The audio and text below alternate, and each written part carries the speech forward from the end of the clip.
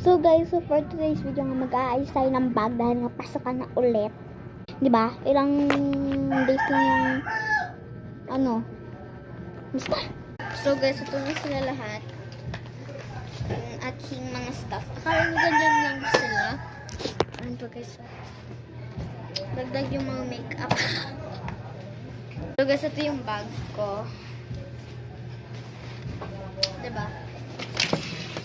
Punta lang kayo dito dahil nga sobrang layo nyo kasi kaya hindi ko kayo maabot mag-post ng video.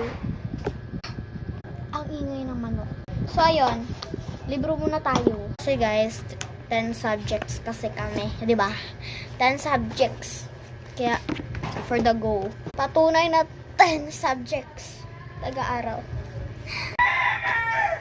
Actually, isang araw kasi guys, 4 subjects kami. Aral, pan, mape, science, ESP,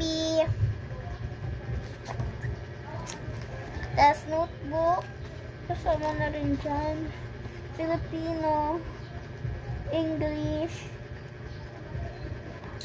math and MTB and assignment. Diba? So 1, 2, 3, 4, 5, 6, 7, 8, 9, 10. 10 subjects nga eh. Ulit-ulit.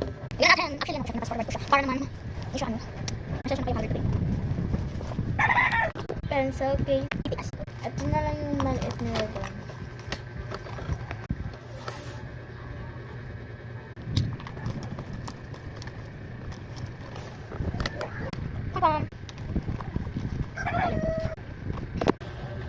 ID, mini mirror, cologne, and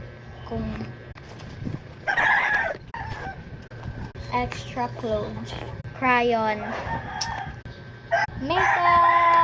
makeup, as is toothbrush. 3 minutes lang yung vlog ko. Kawawa naman ako. Okay guys, I think that's the final. Ito na siya. Tapos na tayo sa bag. Bye!